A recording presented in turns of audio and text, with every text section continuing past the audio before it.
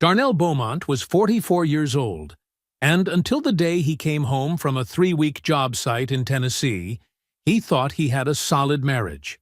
He was a quiet man, a working man, the kind of man his wife Brenda had started calling comfortable, not to his face, but in text messages to the man she'd been seeing for 2 years. Messages Darnell found folded inside a private folder in her home office. Messages where she told her lover that Darnell wouldn't know what to do with real money, that he doesn't pay attention to anything that isn't bolted to the ground. So Brenda did what she and her lover had carefully planned. She filed for divorce, walked away with the house, the accounts, everything they could find. And when Darnell signed those papers without a single argument, she called Preston from the parking garage and laughed. Told him Darnell walked away with nothing. Preston laughed too. What neither of them knew was that they would be standing on a marina terrace, drinks in hand, when a helicopter descended from the sky. And when Darnell Beaumont stepped off that helicopter, greeted by name, escorted to a waterfront table where federal clients were already waiting, the laughter stopped. Completely. What happened next would cost them both everything they thought they'd won. Before we jump into the story, comment where in the world you are watching from and subscribe, because tomorrow's story is one you need to hear. The gas station off Exit 14 smelled like motor oil and burnt coffee. Darnell Beaumont stood under the flickering fluorescent lights of the snack aisle and reached past the trail mix and the beef jerky without looking. His hand found the small cellophane bag by Feel Alone. Praline pecans, Brenda's brand. The ones with the extra butter glaze that left a faint shine on your fingertips. He set them on the counter next to his water bottle. 3 weeks in rural Tennessee. 3 weeks of early mornings, muddy boots, and federal inspectors who asked the same questions in slightly different orders. The bridge was a 1960s-era concrete span over a tributary of the Cumberland River, beautiful in the stubborn, utilitarian way of things built to last. It had been showing stress fractures along the eastern support column for 2 seasons. His team had found the root cause on day 4. They spent the remaining 17 days fixing it right. He paid cash, folded the receipt into his shirt pocket out of habit. Outside, his truck sat alone at the pump. A dark blue F-250, 11 years old, clean inside and functional outside. The kind of truck that belonged on a job site and didn't pretend otherwise. He set the pecans on the passenger seat and pulled back onto the interstate. The city grew up around him gradually as he drove.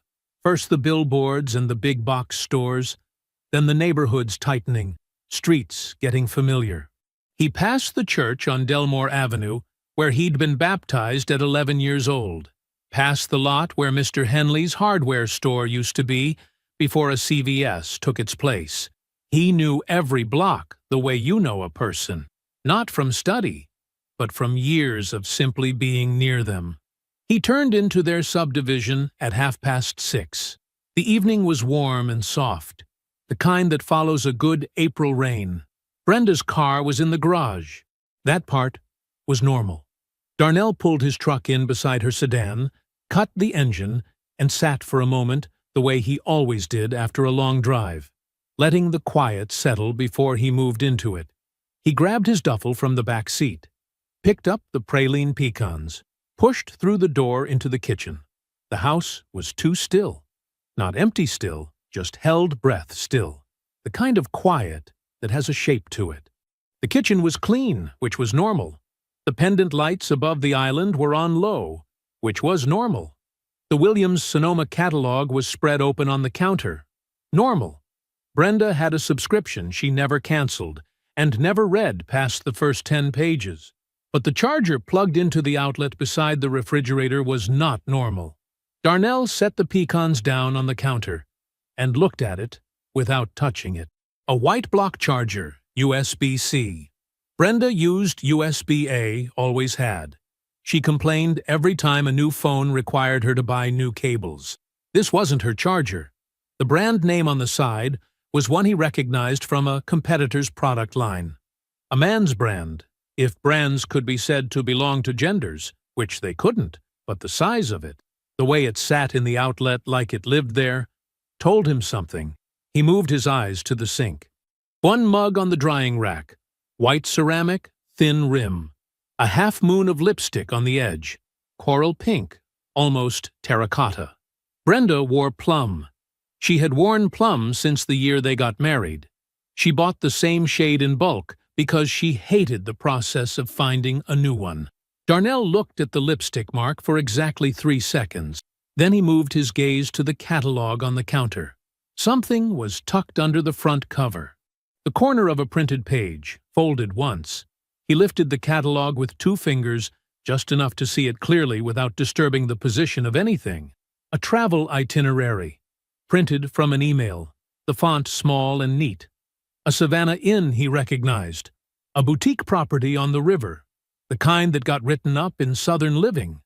2 names at the top, 1-room reservation. The dates covered last weekend. Last weekend, Darnell had been standing in the mud above the Cumberland River, explaining load transfer to a federal engineer 10 years his junior. He took out his phone, photographed the itinerary, 3 shots, different angles, sharp and clear. Then he lowered the catalog back to its exact position, took the praline pecans and set them beside it, in the natural place where a man would put something he'd bought on his way home. He picked up his duffel and went upstairs. The shower ran hot.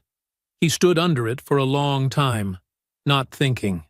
That was a skill the Army had given him that civilian life had never managed to take back.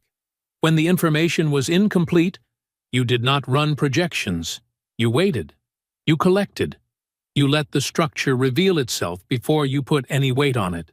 He dried off, put on a clean t-shirt and shorts, lay down on his side of the bed in the dark. The photograph of the itinerary was already saved to a private folder on his phone, one Brenda didn't know existed, one that had never held anything before tonight. He stared at the ceiling. He did not feel rage. Rage was what happened when a structure failed without warning, the shock of something collapsing that you believed was sound. What Darnell felt was different, quieter, more precise. He felt the cold clarity of a man who has just identified a crack in a foundation, and he already knew, with the certainty of someone who had spent 20 years reading broken things, exactly what came next. Darnell was out of the house by 6:15. He moved quietly through the morning routine. Coffee, boots, keys. He paused at the bedroom door for a moment and looked at Brenda sleeping. One arm curled under her pillow. Her breathing slow and even. She looked exactly like the woman he had married 14 years ago. He went downstairs, poured the coffee into a travel mug, and left. At the end of the block, he pulled over and typed a text with his thumb. "Morning. Didn't want to wake you. Have a good day." He sent it, put the truck in drive, went to work. She called at lunch. He was sitting in the cab of his truck in a parking lot off Meridian, eating a sandwich from the deli 2 blocks over. Her name appeared on the screen, and he let it ring once, not to collect himself, because there was nothing to collect. He was already settled. He answered on the second ring. "Hey," he said. "Hey." Her voice was warm, light. "You eat?" "Getting there." "You?" "Just finished." "It's crazy here today." She launched into something about a budget meeting, a department head she found difficult, a scheduling conflict that had cascaded into 3 other scheduling conflicts. He listened. He asked one question in the right place. She laughed. A real laugh, easy and unguarded, and said she had to get back. "I'll grab dinner on the way home," he said. "You don't have to do that." "I know. I'll grab it anyway." She said, "Thank you." She said she'd see him later. She hung up. Darnell finished his sandwich and watched a pigeon work at something near the storm drain across the street. Then he went back to work. That week was careful and quiet. He noticed things the way he always noticed things, without staring, without reaction, without giving himself away. Brenda's Tuesday yoga class that ran 40 minutes longer than it used to. The Thursday evening she said she had a work dinner and came home with no receipt in her purse, which she always left on the kitchen island. The way her second phone, a different model from her regular one, kept in her gym bag, buzzed twice on a Saturday morning while she was in the shower. He did not touch the second phone. He did not need to. The shape of the thing was already clear enough to read. On Wednesday of that week, he called Victor. Victor picked up on the first ring, which he always did when it was Darnell. "You're back. How was Tennessee?" "Cold, then muddy. Bridge is solid now." A pause. "I need a number from you." "Name it." "Philippa Cross." A brief silence. Not surprise. Victor didn't do surprise, but the particular silence of a man who is updating his understanding of a situation without being asked to explain it.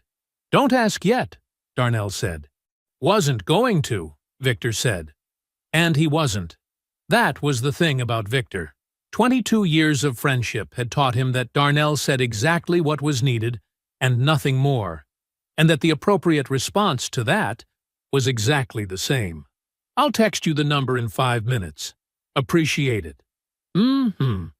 Another pause. Then, because Victor was Victor, "You eating?" "I'm fine." "That's not what I asked." "I'm eating." "Good," Victor said, and hung up. The number arrived in 4 minutes. He found the folder on a Friday. He had gone into Brenda's home office looking for the insurance documents on his truck. The renewal notice had come to the house, and he needed the policy number for a job site form. The documents were in the filing cabinet, second drawer, the way they always were. He found them in under a minute. He was sliding the drawer shut when he noticed the manila folder tucked behind the hanging file tabs at the very back. Nothing written on the tab. No label. Pushed far enough back that you'd miss it if you weren't looking. He looked. He pulled the folder out and opened it on the desk. Printed pages. Screenshots of text messages, printed in batches, dated in the upper corner. He recognized Brenda's contact name at the top of the thread. The other name was Preston Vale. Darnell read the first page standing up. Then he pulled out the desk chair and sat down. The messages went back 14 months. Most of them were what he expected. Arrangements, affirmations, the language of two people building something together in the margins of other lives. He read those with the calm of a man reviewing a structural report he had already suspected was compromised. Then he found the pages where she talked about him. Comfortable. That was her word for what their marriage had become. Not good. Not stable. Comfortable. The way you'd describe a pair of shoes you'd outgrown but hadn't bothered to throw away. He peeked at potential Preston. I think somewhere around year 6, I realized that's all it was ever going to be. He kept reading. He wouldn't even know what to do with real money. He'd probably put it back into some bridge in the middle of nowhere. He turned the page. He's never going to find out. He doesn't pay attention to anything that isn't bolted to the ground. Darnell sat with that sentence for a moment. Then he took out his phone and photographed every page, slowly, carefully, making sure each image was sharp and complete. When he was finished, he closed the folder and placed it back in the exact position he had found it, behind the hanging files, pushed to the back, tab facing out. He closed the filing cabinet, picked up the insurance documents, turned off the desk lamp. He drove to Aunt Ruthie's house without calling ahead. Ruthie answered the door in her reading glasses and a house dress the color of old goldenrod, a paperback pressed open against her palm. She took one look at Darnell's face and stepped back from the door without saying a word. He followed her to the kitchen. She put the kettle on. He sat at the table, the same table he'd sat at as a boy, the same 4 chairs, the same slight wobble on the left rear leg that Ruthie had refused to fix for 30 years on the grounds that imperfect things built character. He laid his phone on the table and pulled up the photographs. Ruthie sat across from him, set down her book, and read through every image he placed in front of her. She did not speak. She did not react, not with her face, not with her hands, not with the small sounds people make when something lands hard. She simply read. When she finished, she folded her hands on the table and was quiet for a moment. "Well," she said. She looked at him over the top of her reading glasses. "Let's make sure the paperwork is right." That was the thing about Ruthie. She had been a tax attorney for 38 years.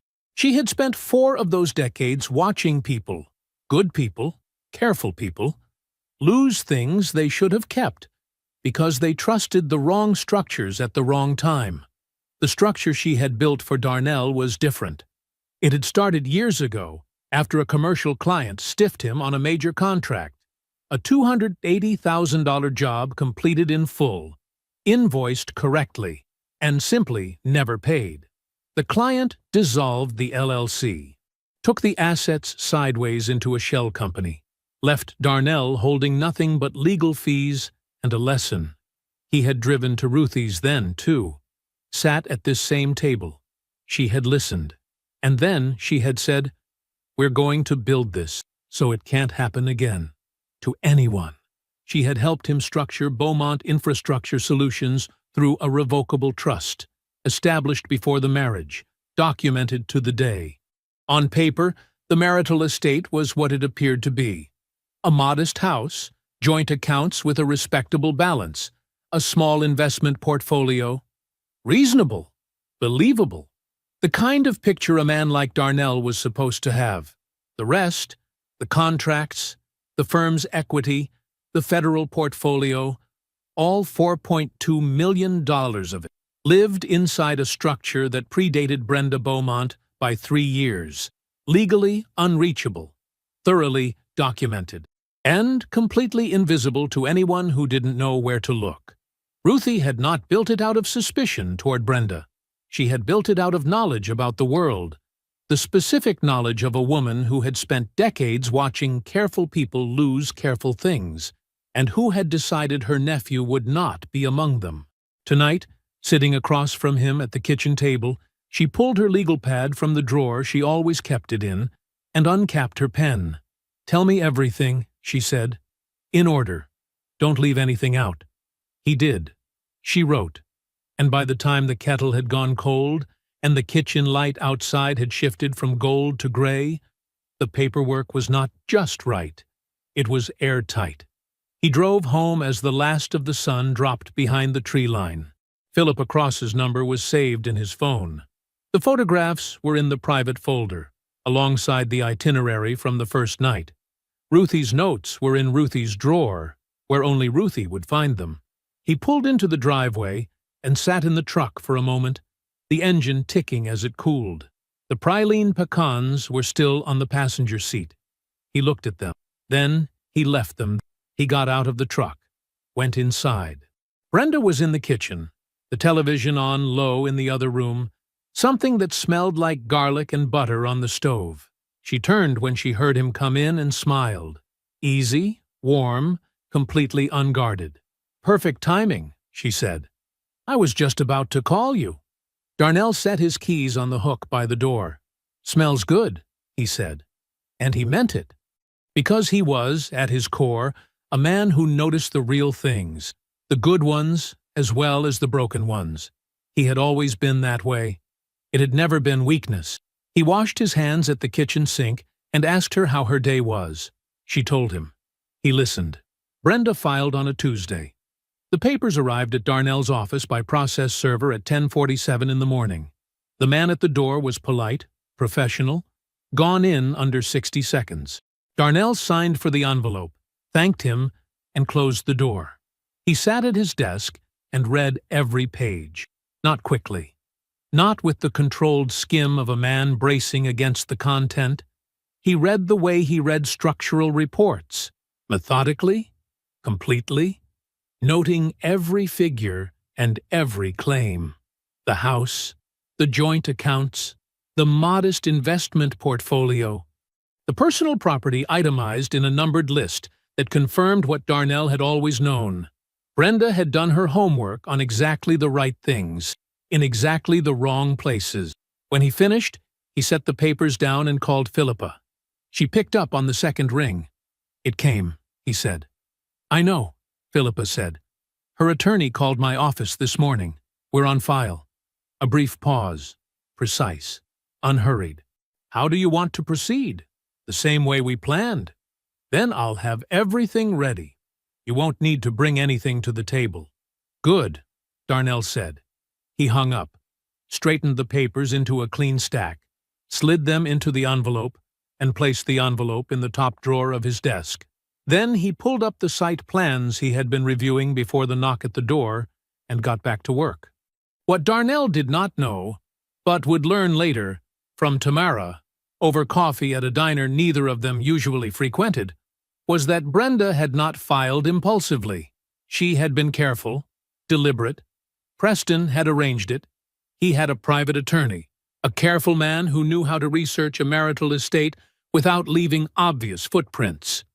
That attorney ran the standard searches on Darnell's financial profile: property records, business filings, public assets, the joint accounts, the investment portfolio. He found exactly what Darnell had designed for the world to find: a modest, sensible picture of a working man who had built a comfortable but unremarkable life. Preston reviewed the findings personally. Then he called Brenda. "He's exactly what he looks like," he told her. Brenda filed the next morning. The signing was held in a neutral conference room on the 14th floor of a building downtown. Gray carpet, a long table, windows facing a parking structure. Brenda arrived first. She wore a deep burgundy blouse and her good earrings. She sat with her hands folded and her expression composed. The careful neutrality of a woman who has been rehearsing this moment for longer than she would ever admit out loud. Tamara sat beside her, quiet and straight-backed, a cup of coffee she had barely touched in front of her. Darnell arrived 7 minutes before the scheduled time. Work boots, clean dark jeans, a jacket he'd pressed that morning. Nothing about him announced itself. He nodded at Brenda when he entered. She nodded back. The room held the particular silence of a place where people come to finish things. Philippa sat beside him and slid the documents across the table one section at a time. Darnell read each page before he signed it. Every page. Brenda's attorney, a tall man in a very good suit, shifted once in his chair but said nothing. There was nothing to say. Darnell was not stalling. He was simply reading, the way a man who has built his life on precision reads anything placed in front of him. He did not argue over the house. He did not contest the joint accounts. He accepted the terms as written, signed where Philippa indicated, and moved to the next page. When the last signature was down, Darnell straightened the lapels of his jacket, capped his pen, and looked across the table at Brenda's attorney. "Thank you for your time," he said. Then he looked at Brenda. One beat, quiet and complete. "I wish you well, Brenda." He picked up his copy of the documents, shook Philippa's hand, and left the room. Brenda called Preston from the parking garage. Tamara was with her, her heels clicking beside her sister across the concrete, as Brenda pulled out her phone, still riding the energy of how clean it had all been, how easy. She had prepared for a war, and instead found a man who sat down, signed his name, and walked out. She put the call on speaker. Preston picked up on the first ring. "Done," she said. The word came out bright and a little breathless. "He didn't fight a single thing, Preston. Not one thing. He just signed, took his copy, and left." Preston's voice filled the concrete space between the parked cars, warm and satisfied. "He just gave you everything and walked away with nothing." A short laugh. "That is the saddest thing I've ever heard." Brenda laughed. It was genuine, giddy even, the release of weeks of careful composure, finally given permission to unwind. She was still laughing when she reached the car. Tamara stood at the passenger side and said nothing. She had not laughed in the elevator. She had not laughed crossing the garage. She stood now with her hand on the car door, watching her sister's face, the brightness in it, the relief, the satisfaction, and her expression held something that was not quite judgment, not quite worry. It was the look of a woman who had heard something she could not unhear and did not yet know what to do with it. 3 days later, Preston booked a celebration weekend at a marina waterfront club 40 minutes from the city. A terrace table, 2 other couples, a long Saturday afternoon with good wine, and the pleasant warmth of people toasting a well-executed plan. Brenda wore white. She looked happy. She looked, Tamara thought, like a woman who had not yet finished counting her winnings. They were on the terrace when the helicopter came in. It descended from the southeast, clean and unhurried. A Bell 505 in a dark corporate livery, moving with the easy precision of a machine that had done this particular approach many times before. It set down on the marina's helipad with a low, settling thump that drew a few casual glances from the terrace. The rotors were still slowing when the door opened. Darnell stepped out. Dark slacks, a clean linen shirt, open at the collar. He moved without hurry across the helipad toward the marina's main entrance, where the general manager was already crossing the dock to greet him. By name, with a handshake and the easy familiarity of a man welcoming a known and valued guest. Together, they walked toward the waterfront dining area, where 2 men in dressed business casual were already on their feet at a corner table, hands extended. Brenda's glass stopped halfway to her mouth. Preston said something. His voice landed somewhere beside her, but she did not hear the words. Tamara set her drink down very slowly. The base of the glass touched the table without a sound. She turned and looked at her sister, not with surprise, not with satisfaction, but with the quiet, steady expression of a woman watching something become exactly what she had always suspected it might be. The laughter from the parking garage was still in the air between them. It had already begun to change. The federal clients, 2 men named Garrett and Holloway, both from the Army Corps Regional Office, were easy to work with. They spoke in the same language Darnell used: load tolerances, environmental impact windows, contractor staging schedules, the kind of conversation that moved efficiently because everyone at the table had earned their way into it. Darnell kept his focus on the plans spread between the water glasses: a waterway access project, 3 phases, federal funding already approved, and waiting on final site assessment. Garrett had questions about tidal variation at the primary access point. Holloway wanted to discuss subcontractor requirements. Darnell answered each question once, clearly, and moved them forward. He was aware of the terrace. He did not look at it. Brenda came to the table about 20 minutes into the meeting. He saw her before she was halfway across the dock, her white dress bright in the afternoon sun, her posture carrying that particular combination of purpose and performance she had always used when approaching a situation she had not fully prepared for. Preston was a few steps behind her, slower, hands in his pockets. Darnell set down his pen. He rose from his chair before she reached the table, unhurried, the way he did everything. Brenda. His voice was even, not cold, not warm. The temperature of a man who has already filed this particular interaction under a category that requires no emotional energy. Darnell. She stopped at the edge of the table. Her eyes moved briefly across the plans, the federal portfolio binder, the 2 men who had turned to look at her. Something crossed her face. Quick, controlled, gone. Garrett. Holloway. Darnell gestured easily between them. This is Brenda, my former wife. He said it the way a man says any accurate fact. No weight on it. No edge. Just the word that fit. Brenda, these are colleagues. We're in the middle of something. Garrett nodded politely. Holloway offered a brief smile. Brenda shook both their hands with the smooth competence of a woman who ran a hospital administration office and knew how to work a room, even when the room had stopped being hers. Then Darnell extended his own hand to her. She took it. A handshake. Firm, brief, complete. Good to see you, he said. It meant nothing, and he knew it, and she knew it. And that was exactly the point. He was already turning back to his chair when Preston stepped forward. Preston was the kind of man who always stepped forward. He had the build for it, broad through the shoulders, taller than Darnell by 2 inches, the easy physical confidence of someone who had spent a long time winning rooms just by entering them. He extended his hand with the smooth, automatic motion of a man who had never once imagined a handshake could go wrong. Darnell took the hand.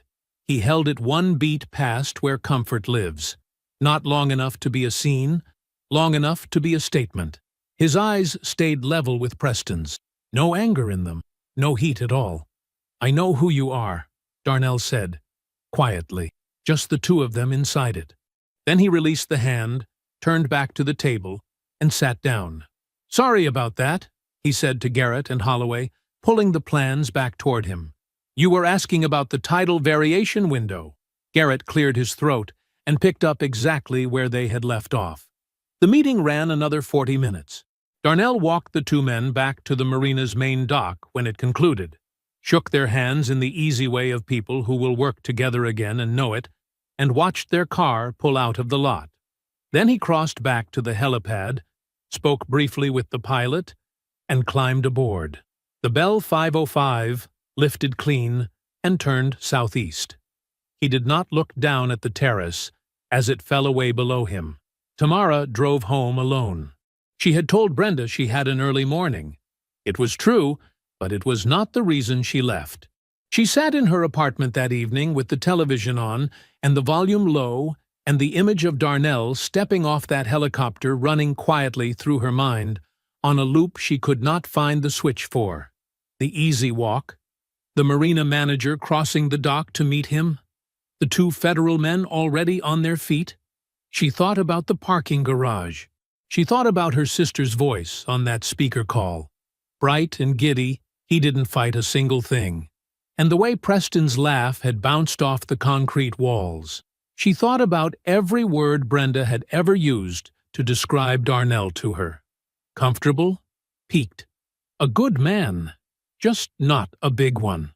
She picked up her phone, set it back down, picked it up again. She found Darnell's number. She had kept it through the divorce the way she kept most things, quietly and without announcement, and typed, "It's Tamara. I'd like to meet. Just us. When you have time." His reply came 11 minutes later. "Tomorrow morning. There's a diner on Clement Street. 8 o'clock work?" She typed back, "I'll be there." The diner on Clement Street had vinyl booths the color of old mustard and coffee that arrived before you asked for it. Tamara was there first. She ordered a cup and sat with both hands around it and watched the door. Darnell came in at 8 exactly. He spotted her, nodded, and slid into the booth across from her with the unhurried ease of a man who had agreed to this conversation and had nothing to protect in it. The waitress appeared. He ordered coffee, black, no menu. Tamara looked at him across the table. This man she had known for 14 years, who had fixed things around her apartment without being asked, who had remembered how she took her coffee, who had never once raised his voice in any room she had ever shared with him, and said, "I saw your face at the marina when you shook her hand." She paused. "You weren't surprised she was there?" "No," he said. "Were you surprised by any of it? The filing? Any of it?" Darnell wrapped both hands around his mug. "I found the folder in her office about 6 weeks before she filed. Text messages. Her and Preston." Tamara's jaw tightened. "She kept printed copies." "She did." A silence. The diner moved around them, plates clattering, a short-order cook calling something to the back, the low murmur of a Tuesday morning. "Darnell!" Tamara set her cup down. What did she actually walk away from? Because what I saw yesterday on that dock was not what she described to me. It was not what either of them described. He looked at her for a moment. Reading her, she knew, the way he always did, quietly and without apology, and finding whatever he was looking for. Then he told her, all of it. The trust structure, established before the marriage, with Ruthie's guidance, after a client had once left him financially exposed on a major contract, and he had vowed privately never to let that happen again. The firm, Beaumont Infrastructure Solutions, fully owned through that trust, invisible to any standard search of the marital estate. The federal portfolio, 11 years of contracts, quietly compounding, carefully structured. The number. He said it once, plainly, the way he said every accurate thing. Tamara did not move for a moment. 4.2, she said. Yes. She exhaled slowly through her nose. Outside the window, a bus went by. Inside the diner, someone laughed at a table near the back. She had him research you, Tamara said. Her voice had gone careful, not protective, careful. Preston's attorney. Brenda told me. This was 2 years ago, before any of this was in motion, at least as far as I knew. She said she wanted to know what she was working with before she made any decisions. Darnell nodded slowly. They ran the searches, Tamara continued. Property records, business filings, the joint accounts. Preston reviewed it all personally. Told her. She stopped. Tell me what he said, Darnell said. Quietly. No pressure in it. Tamara looked at him. He's exactly what he looks like. The diner hummed around them. Darnell picked up his mug, took a slow drink. They did their homework, he said. They did, Tamara said. They just did it on the wrong house. Neither of them said anything for a moment.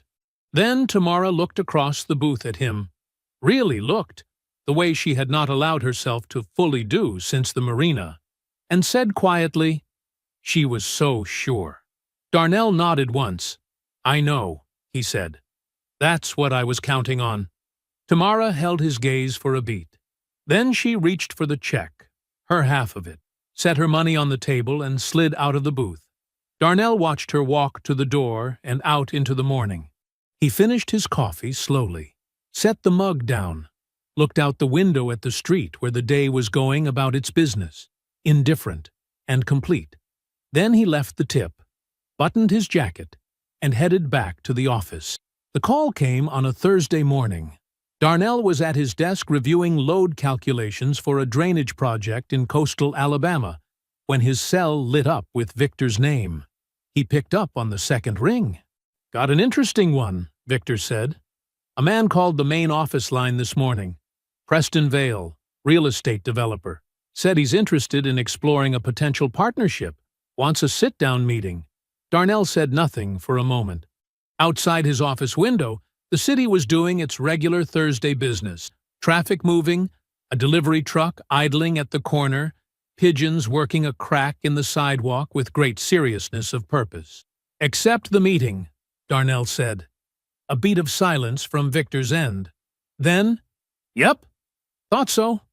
Preston arrived on a Tuesday at 11. He came in wearing a charcoal suit that fit him the way expensive things do, like it had been built around him specifically, which it probably had.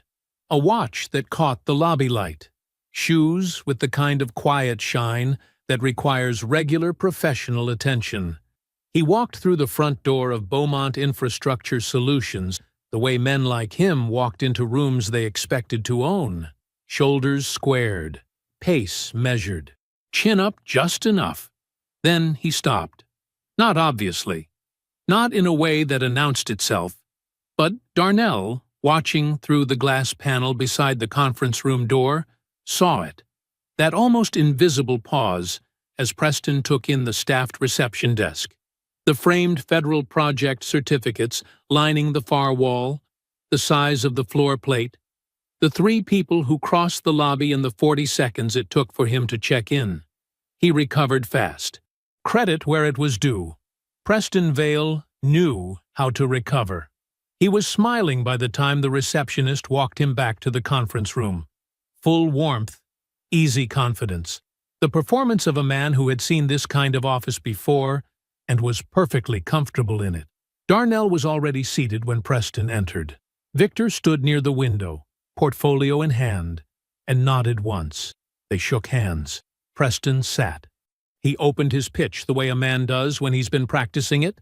Smooth, natural, sequenced with care. He positioned his development network as an asset with regional reach. He talked about coastal mixed-use projects with federal adjacency potential. He used the words synergy and complementary expertise without apparent embarrassment. He was good. Darnell would give him that. He was polished and specific, and he knew how to make the person across the table feel like a partner rather than a target. If Darnell had not already known exactly who was sitting across from him, exactly what he had done and why, it might have played differently.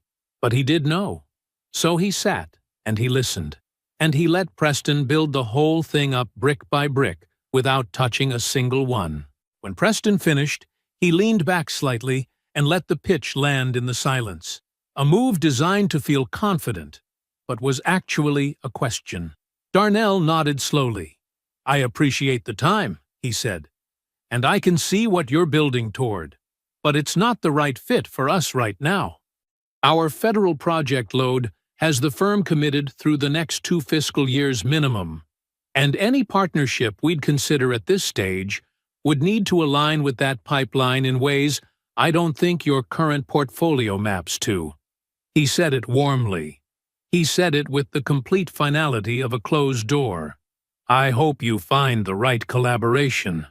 Preston held the smile. It cost him something, but he held it. "Of course," he said. "Good to see the firm doing what it's doing. Genuinely."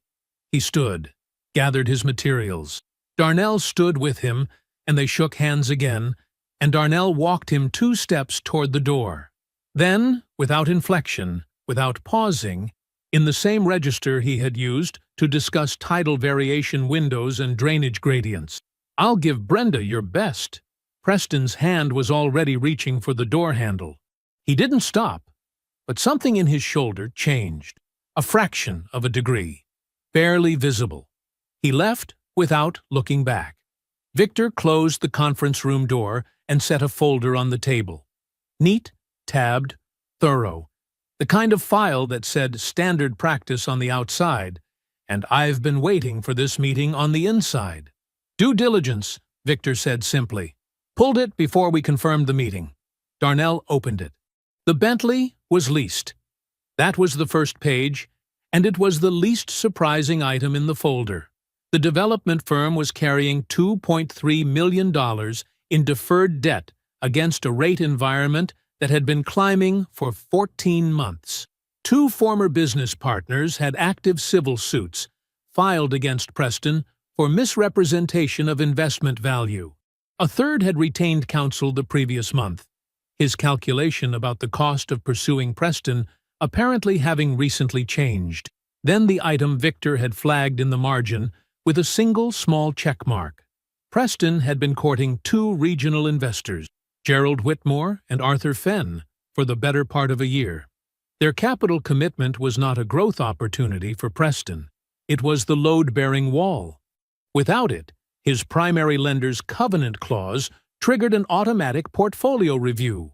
Without the review surviving, the deferred debt became immediately callable. Darnell read it all the way through, turned the last page, sat with the complete picture for a moment. Brenda had left a man with $4.2 million and walked toward a man who owed $2.3 and needed a lifeline to stay standing through the next 18 months. He closed the folder, slid it back across the table to Victor. "Good," Darnell said. "Let it play out." He picked up the site plans he had been reviewing before the meeting and returned to work. The first call came on a Friday afternoon. Darnell was in the truck, stopped at a light 3 blocks from the office, when Brenda's name appeared on the screen. He let it ring through. Then he typed, "Anything legal? Copy Philippa." He set the phone face down on the passenger seat and drove. She called again Saturday morning. Same response. Sunday evening. Same response. Monday at lunch. A text this time instead of a call. "Darnell, I just need 5 minutes." And he responded the same way he always did. The same 7 words. Because 7 words was the right number, and there was nothing else to add. By Wednesday, she had stopped calling and started driving. He heard the buzzer from the kitchen where he was heating water for coffee. He looked at the intercom display, stood there for a moment, then pressed the button. "Come up," he said. She looked the way a composed woman looks when composure is costing her something. Hair done, good coat, posture correct. But her eyes moved around the apartment quickly when he opened the door, taking in the clean lines, the high ceilings, the framed site blueprints on the wall, the view of the city through the wide window. He watched her do the math and come up short. "Water?" he said. "Sure." He brought 2 glasses, set hers on the coffee table in front of the couch where she sat, and lowered himself into the chair across from her. He didn't cross his arms. He didn't lean forward. He sat the way he always sat, steady, open, completely still. She looked at him for a moment like she was deciding where to start. "Why didn't you fight it?" she said. "The divorce, the house, the accounts. You just signed everything. You didn't argue a single line." Darnell considered her for a quiet beat. "Would you have stayed?" he said. The question landed and just sat there between them. Brenda opened her mouth, closed it. She looked down at the glass of water she hadn't touched. She didn't answer, because there was no answer that served her, and she was still too smart not to know that. The room held its silence for a moment. Outside the window, the city moved through its Wednesday evening without any interest in what was happening in this apartment. Then Brenda looked up. "When did you have all of this?" Her voice was measured, careful, but underneath it was something else. The sound of a woman pressing on a wall she expected to give and finding it solid. The apartment, She stopped, started again. "Darnell." "When?" He set his water glass down on the end table beside his chair. "The trust was established 11 years ago," he said.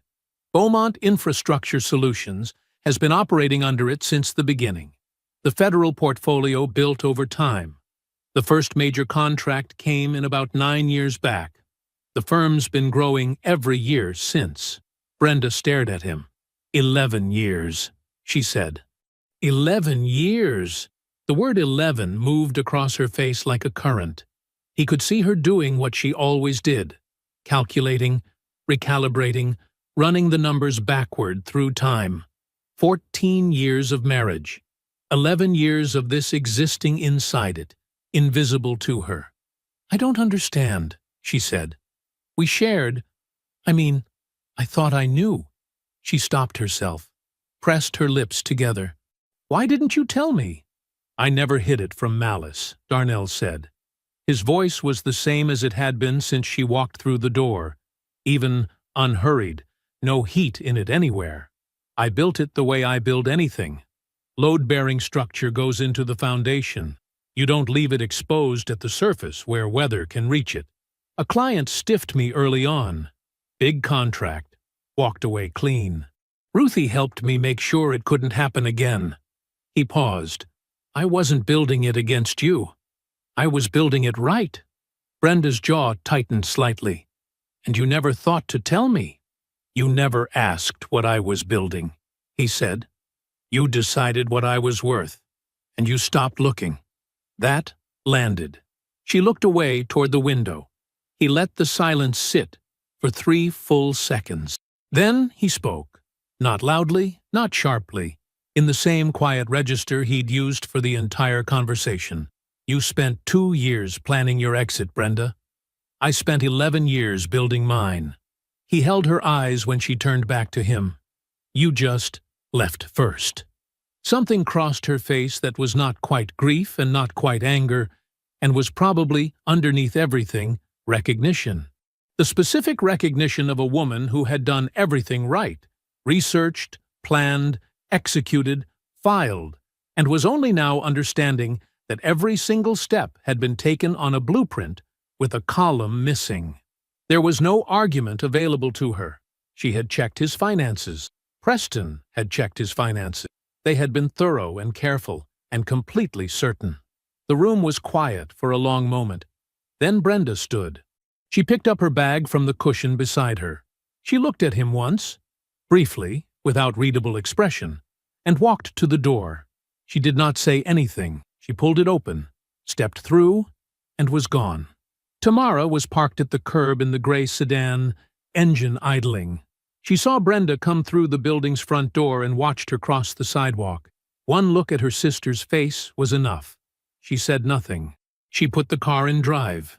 She pulled away from the curb and pointed them toward home, and the silence between them stayed unbroken all the way there.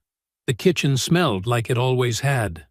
Collard greens and cornbread, and something sweet doing its slow work in the oven. Ruthie kept the overhead light low in the evenings and used the lamp on the counter instead, and the warm yellow of it fell across the table the way it always had. The same table where Darnell had spread out those photographs weeks ago and watched his great-aunt read every page without flinching. Victor was already there when Darnell arrived, jacket off, sleeves rolled, helping Ruthie carry dishes from the stove. That was the thing about Victor. He made himself at home wherever Darnell considered home. He had been doing it since they were 19 years old, sharing a dorm room the size of a generous closet. They ate without rushing. Ruthie asked about the Tennessee project. Victor talked about a staffing question he needed to resolve before the new division launched. The conversation moved the way dinner conversation moves between people who have nothing to prove to each other. Easy, unhurried, full of the particular comfort that comes from being in a room where you don't have to manage anyone's impression of you. It was only after Ruthie cleared the main dishes and refilled the sweet tea that Victor set his phone face up on the table and said, "Everything's confirmed." Darnell nodded. "Final press release is ready," Victor said. "Communications consultant signed off this afternoon. Regional business press gets it first thing Wednesday morning. Infrastructure trade journals the same day. The profile piece runs Thursday in the regional edition. That's the one with the full firm history, the federal portfolio breakdown, the trust longevity detail." He paused. "Gerald Whitmore gets the trade journal. Arthur Fenn is on the regional business press list. Both of them will have it before 9 a.m. "Good," Darnell said. That was all. He picked up his tea. Victor leaned back in his chair with the expression of a man restraining himself from saying several things at once. Ruthie studied Darnell from across the table. She had her glass in both hands, watching him the way she had always watched him. Not waiting for him to crack, but seeing him clearly, the way very few people ever had. "You could let it rest now," she said.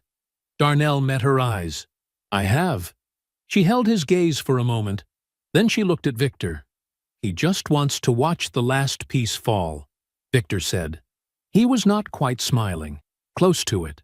Ruthie looked back at Darnell.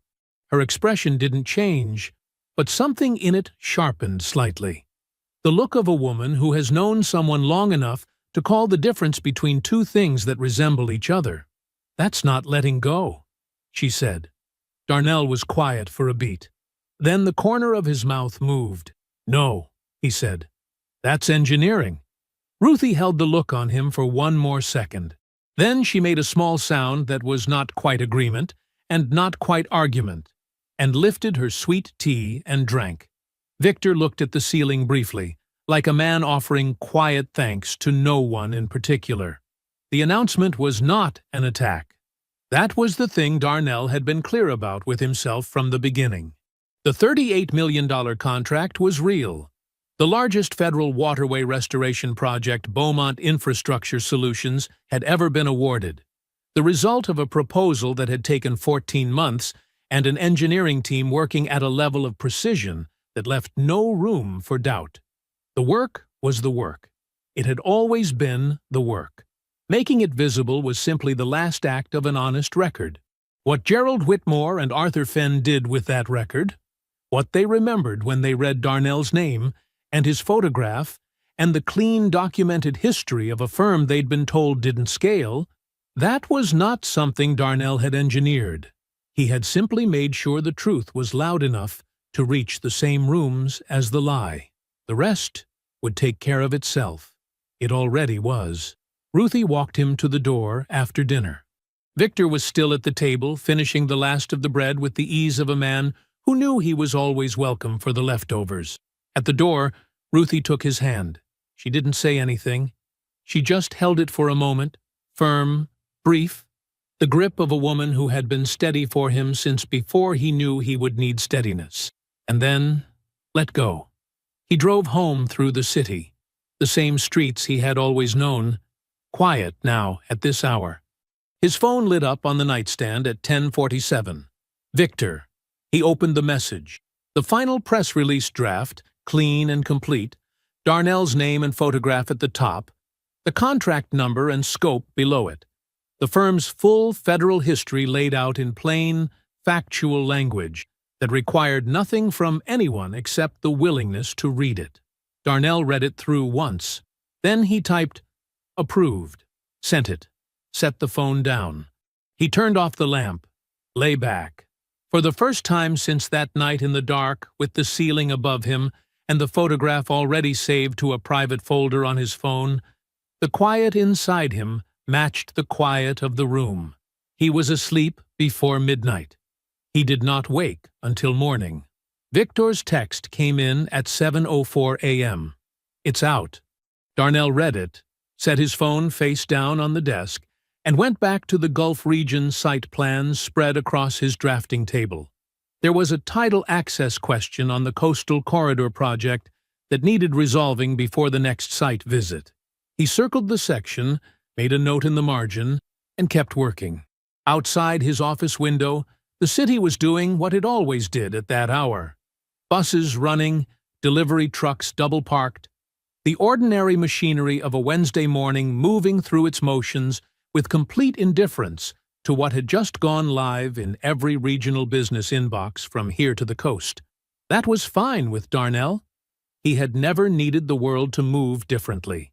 He just needed it to see clearly when the moment arrived. Across town, Preston Vale arrived at the restaurant 4 minutes early. He did that. Arrived early to meetings he needed to control. It gave him the table, the sight lines, the first impression. He had been managing first impressions his entire professional life, and he was genuinely good at it. The Whitmore Fen meeting had been 6 weeks in the making. He had laid the groundwork carefully. The right dinners, the right language, the patient cultivation of two men who did not say yes quickly and said no even more slowly. He could feel the capital commitment forming. He had been in enough rooms to know the temperature of a yes still hardening. Gerald Whitmore arrived first, shook Preston's hand, and sat down without his usual small talk. That registered briefly. Gerald was a man who liked small talk, who used it the way some men used a handshake to take a measure. But Preston filed it away and moved forward. Arthur Fenn arrived 2 minutes later, nodded, sat, accepted coffee. They ordered. The table settled. Then Gerald set his phone face up between them.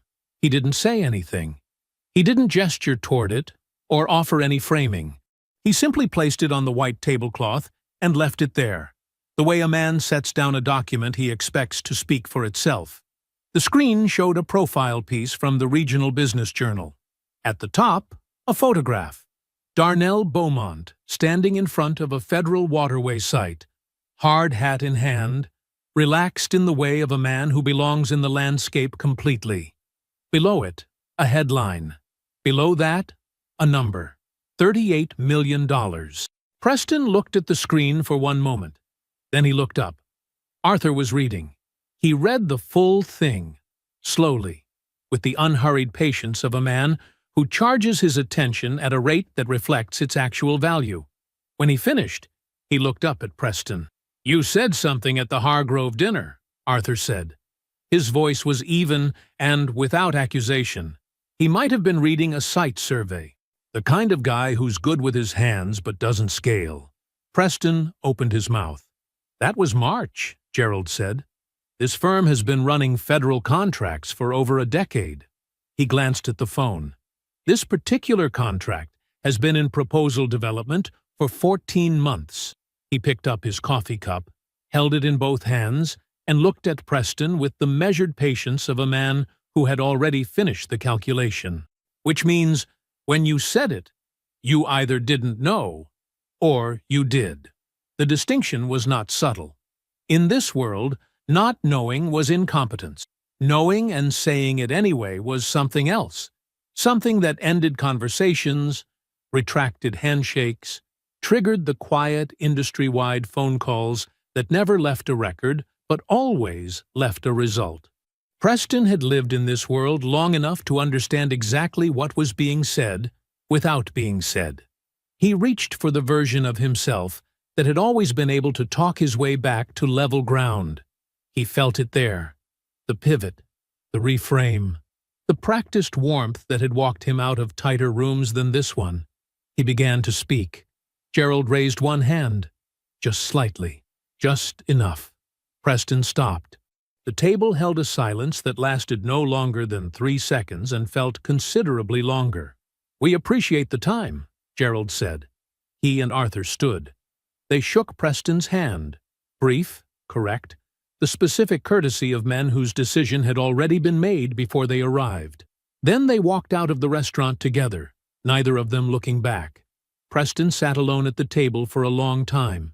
The Whitmore Fenn announcement came 10 days later. Whitmore Fenn Capital Partners has entered a strategic development agreement with Beaumont Infrastructure Solutions for coastal and waterway-adjacent real estate projects across 3 Gulf states. The partnership is valued at $14 million in initial committed capital, with expansion provisions tied to federal contract milestones. The press release did not mention Preston Vale. It did not need to. Everyone in the regional development world who had watched Preston court these 2 men for the better part of a year, who had heard him at dinners and conferences, positioning himself as the natural fit for exactly this kind of capital relationship, read the announcement and arrived at the same understanding without being guided toward it. The industry was like that. It processed information quietly, drew conclusions without announcement, and recalibrated without ceremony. Men Preston had brought into the business early in his career stopped returning his calls, not all at once. One, then another, then a third. The way temperature drops by degrees before you realize the room has gone cold. A commercial broker he had worked with for a decade quietly redirected 2 referrals that would have moved through Preston's firm. A development consortium that had kept him on its peripheral contact list removed him without any communication at all. He simply stopped receiving the quarterly updates and understood what that meant. No confrontations, no explanation. No one said a word directly to his face. They didn't need to. The industry simply recalibrated around his absence, the way it always did when a man's reputation shifted from asset to liability. His primary lender initiated a formal portfolio review the same week the Whitmore Fenn announcement circulated. The $2.3 million in deferred debt, carried against projections that now had no investor backing, and an interest rate environment that had stopped being forgiving, triggered the covenant review clause Preston's own attorney had flagged 18 months ago. He had dismissed it then. He could not dismiss it now. The third civil suit plaintiff, who had been calculating the cost of litigation against the likelihood of recovery, retained counsel that same week. His calculation had changed.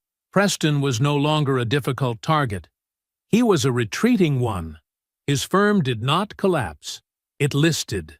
It took on water in the quiet, compounding way that over-leveraged structures always do. Not a dramatic failure, but a slow series of surrenders. A project paused. A contract not renewed. A capable staff member who found another position and was not replaced. Brenda's world recalibrated with less noise but equal precision. People in her hospital administration network had access to business press. They attended the same events where she and Preston had appeared together, performing the life she had decided she deserved. They now held the complete picture, and they arranged themselves around it accordingly. Invitations slowed. Calls thinned. The social architecture she had built over years quietly adjusted its shape around her changed circumstances, not collapsing, just contracting in the particular way that happens when the story a person has been telling stops matching the story everyone else can see. No one said anything to her face. No one ever did. On Thursday morning, Darnell's standing call with Victor began the way it always did. Site updates, contract timelines, a staffing question for the new division. Then Victor said, "You want to hear about the breakfast?" Darnell set down his pencil. "Go ahead." Victor told him the full account. Gerald's phone on the table.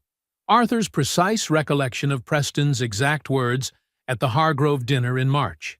The one raised hand. The brief, final handshake. Preston sitting alone after they left. Darnell listened without interrupting. When Victor finished, there was a brief silence on the line. "You didn't engineer that," Victor said. It wasn't a question. "No," Darnell said. "The man dismissed you at a dinner party to the exact people who'd eventually have to choose between you." "He did." Another silence. Then Victor said, "That's almost elegant." Darnell considered it for a moment. Outside his window, a delivery truck pulled away from the curb, and the street opened up again, ordinary and unhurried.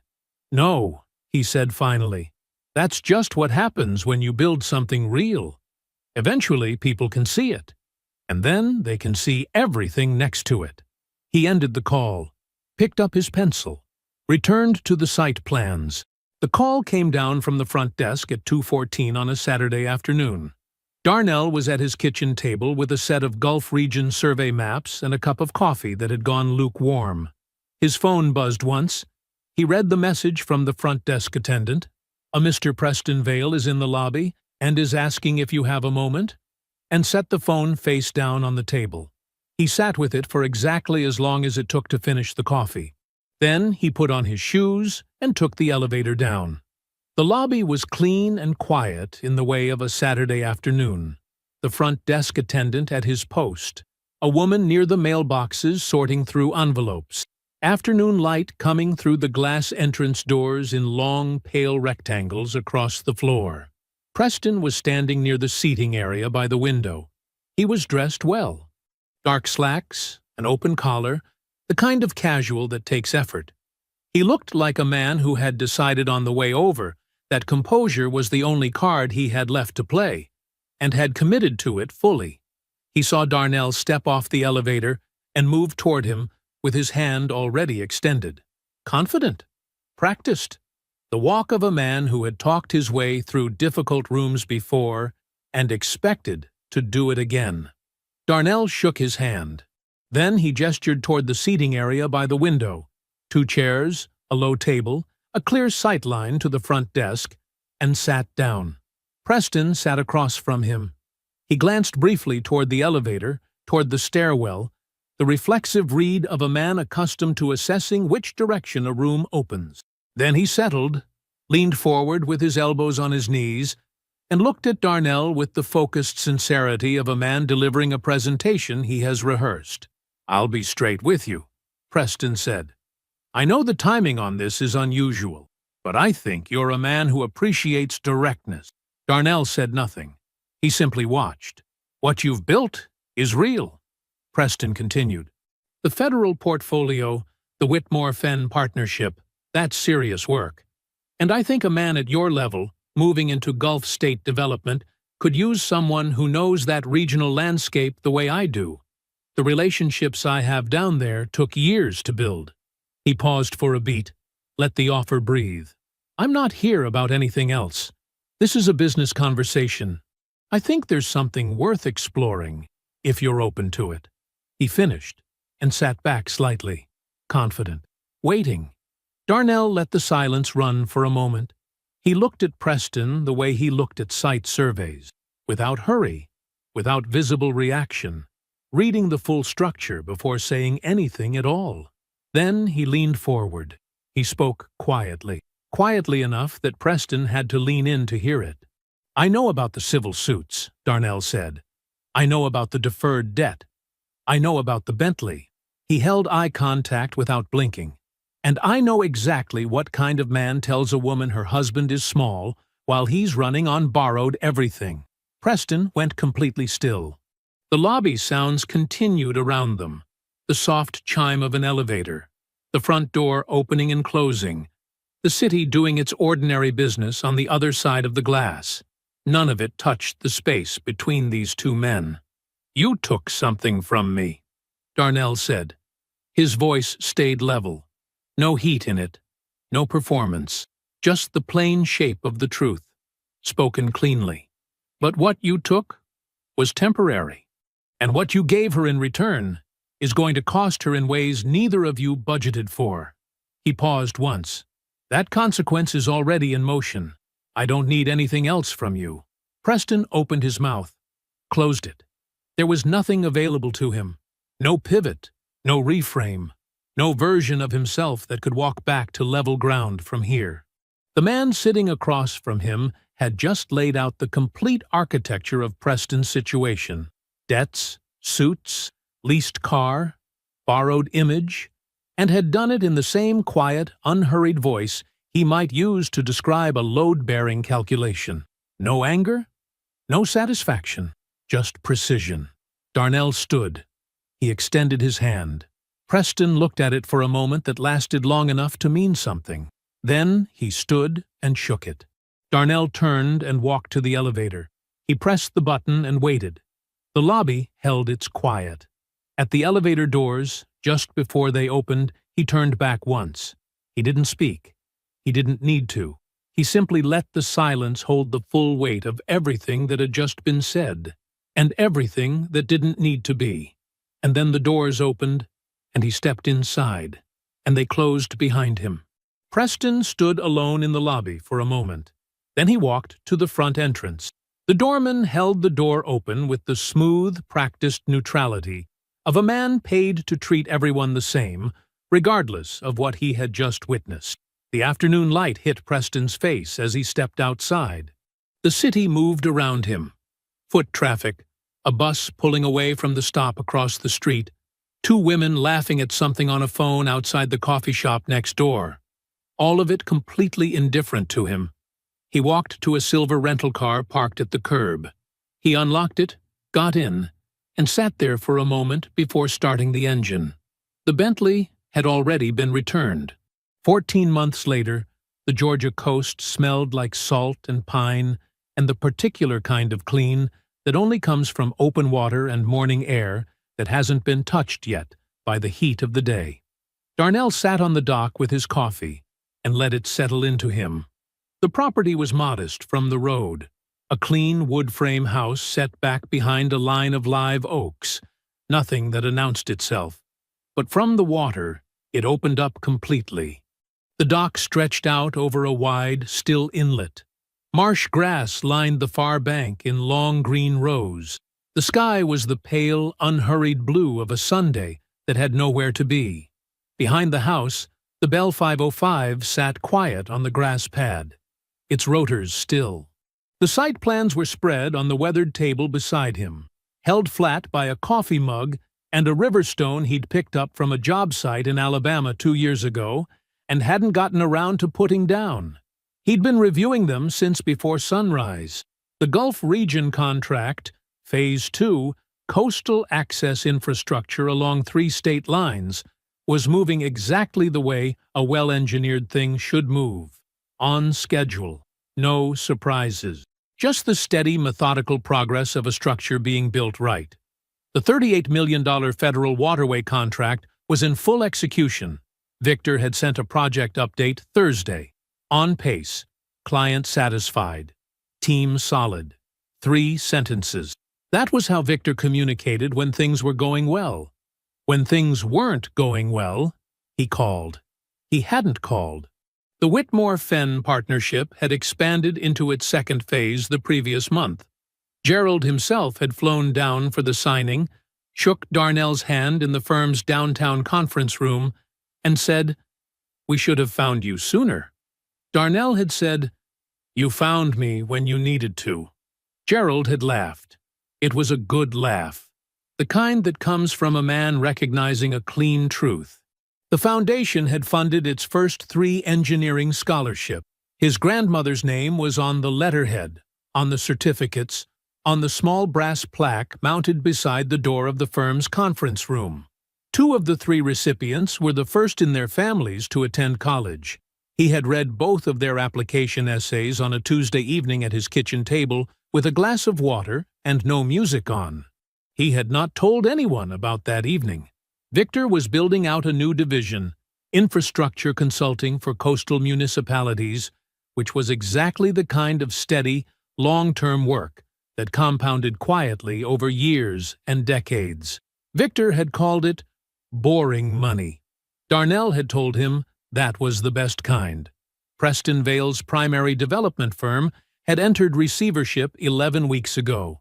Darnell had learned it the same way he learned most things now. A brief message from Victor, a line in a regional business brief, the world simply stating a fact and moving on. The civil litigation continued its slow grind through the courts. The 3rd plaintiff's case had been joined by a 4th. The Bentley had been returned before any of that. Early, quietly, the way expensive performances end when the audience stops paying.